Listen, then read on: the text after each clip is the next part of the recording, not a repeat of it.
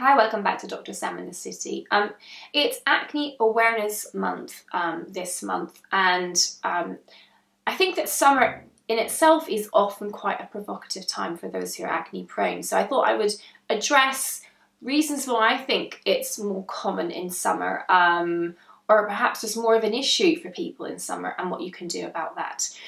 So, summer usually means warmer weather. That means that we are hot and potentially a bit more sweaty than usual. And I think particularly if you live in a polluted city environment, that combination of going about your daily day with makeup and sunscreen on your skin, heat, oil, sweat, grime, can just lead to a combination of events that ends up with the pores getting clogged up.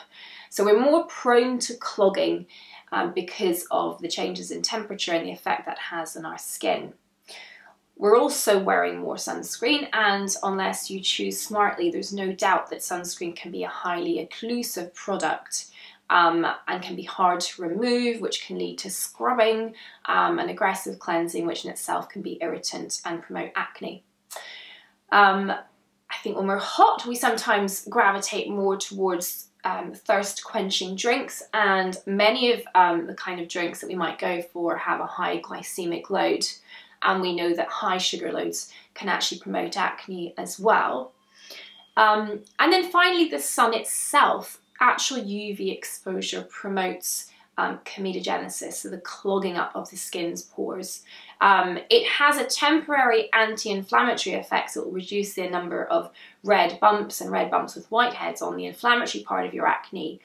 But the paradox is that whenever you stop being UV exposed, those benefits will go. And of course, we know the sun is bad for your skin from an aging perspective, but its acne benefits will go, and you'll be left with a nasty rebound because all those clogged pores will then eventually develop into even more acne spots. So basically, there is no good reason to sunbathe for your acne.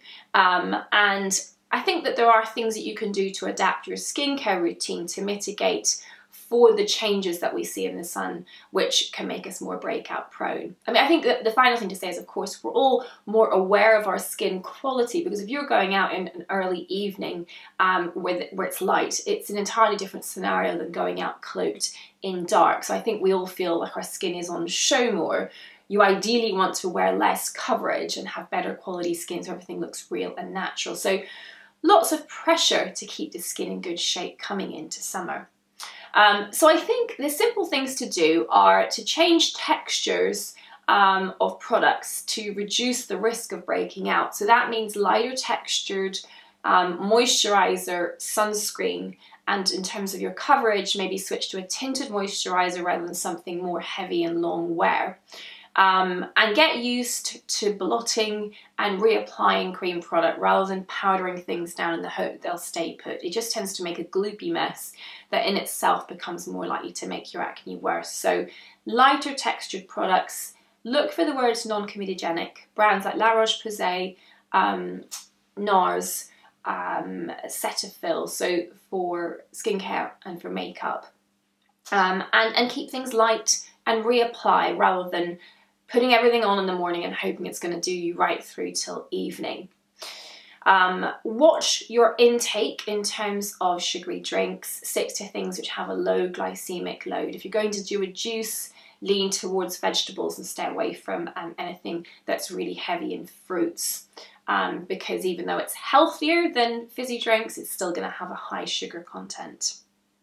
Finally, when it comes to choosing sunscreen, I think it is worth spending a bit more to make sure you find a product that doesn't clog you up, that has a nice cosmetic finish. Maybe even go for a tinted sunscreen, and I've mentioned these in previous videos, that actually gives you some coverage and means that you're not putting on lots and lots of different layers. It can just be easier to work with. It can be easier to top it up if you need to reapply it later in the day. And brands like Neostrata and Jan Marini and Elta MD are my go-to for products like this. Finally, if you're finding you're more acne prone than you would normally be, rather than just reacting to a couple of spots with a spot type treatment that maybe contains salicylic acid or benzoyl peroxide, do think about implementing something that will help prevent the problem rather than just reacting to it. Your skin will thank you for it in the long term, and you'll get more control. And ingredients that prevent your skin from clogging up and forming comedones are retinoids and azelaic acid. So there you have it, my top tips for managing summer spot-prone skin. Please enjoy June, Acne Awareness Month, and I look forward to hearing your comments down below. Bye for now.